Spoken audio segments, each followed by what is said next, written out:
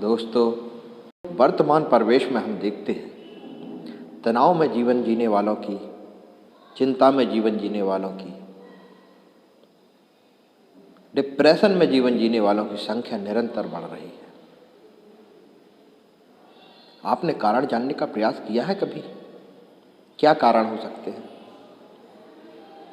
हम छोटे छोटे से लक्ष्य निर्धारित करते हैं, उन्हें पाने का प्रयास करते हैं, उसके लिए मेहनत करते हैं,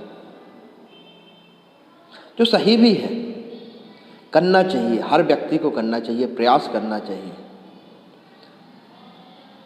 लेकिन हम जब अपने लक्ष्य पे ना पहुंचें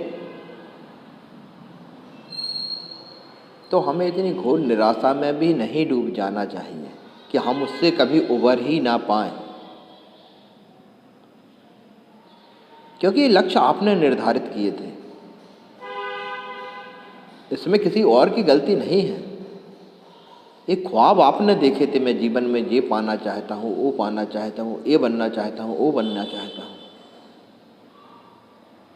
मनुष्य है, मनुष्य का स्वाभाविक स्वभाव है, कुछ मिल जाए तो उससे आगे कुछ पाना चाहते हैं, स्वभाव है। इसी स्वभाव के कारण हम बड़े बड़े सपने देखते हैं। हाँ, देखो सपने, बुरी चीज़ नहीं है। आप सपने नहीं देखेंगे तो उन्हें पाने का प्रश्न नहीं करेंगे। आप सपने देखिए, उन्हें पूरा करने की कोशिश भी करिए, उसके लिए जो कीमत चुकाने पड़े आप चुकाइए, मेहनत करिए लगातार। लेकिन निराश हो जाना, हार जाना, हताश हो जाना, ये किसी समस्या का समाधान नहीं। बचपन से आज तक अगर आप कभी सोचेंगे तो हम किन किन चीज़ों के लिए उदास हुए? कभी मेले में छोटे से खिलौने के लिए, एक खिलौना मिल गया तो फिर किसी दूसरे खिलौने के लिए। हम बड़े होते गए, हमारे लक्ष्य बदलते गए, हम कुछ और जिद करने लगे। तो इस जिद में हम प्रसन्न कब रहे? कभी सोचा है आपने? हम क्या पाना चाहते हैं ऐसा कि जिसके लिए हम सारा जीवन निकाल देते हैं, और हम कब पाएंगे वो?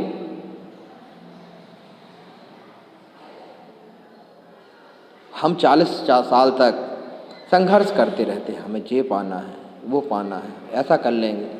कब कर लेंगे? उसके बाद डिप्रेशन में चले जाना। आपने 40 वर्ष तक का जीवन संघर्ष में निकाल दिया, उसके बाद 20-30 साल का जो आपका जीवन बचा है वो बीपी शुगर की दवाई खाकर डिप्रेशन में निकाल दिया। आपने जिंदगी जी कब? अरे दोस्तों, जीवन का हर पल, हर क्षण ऐसे जियो जैसे कोई उत्सव हो।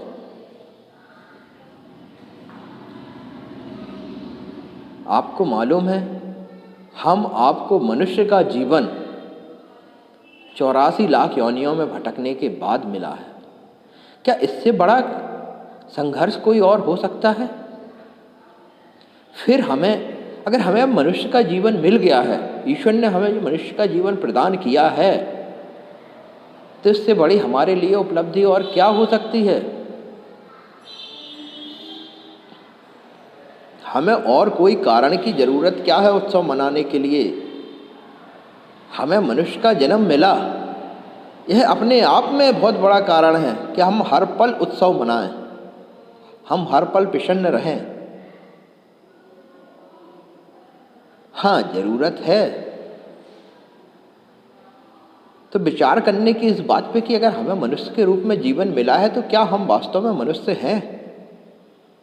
कहीं हम अपनी मनुष्यता से भटक तो नहीं रहे? जो गुण एक मनुष्य में होने चाहिए वो सब हम में हैं या नहीं? अगर चिंतन करना है तो इस विषय पे करिए। निराशा मनुष्य का गुण तो नहीं। मनुष्य के लिए ईश्वर ने निराशा तो नहीं बनाई थी। चिंतन करिए, कभी सोचिए, जीवन में मुस्कुराने के लिए बहुत कुछ है, तो हताश क्यों? क्या हताश रहना, दुखी रहना, छोटी छोटी चीज़ें ना मिलने से दुखी हो जाना, कहीं ना कहीं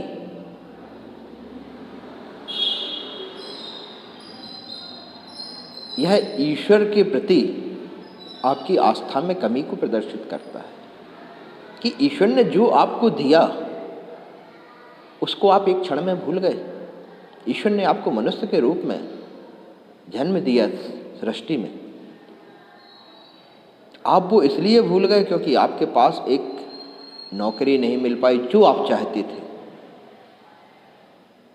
या आपका कोई छोटा सा और काम नहीं हुआ। छोटी छोटी चीज़ों के लिए सृष्टि के रचयिता के प्रति यह भाव रखना कि मुझे यह नहीं मिला, वो नहीं मिला, ये गलत है। ईश्वर ने जिस विशेष कार्य के लिए आपको सृष्टि में भेजा है, आप वो कर रहे हैं, वो करेंगे।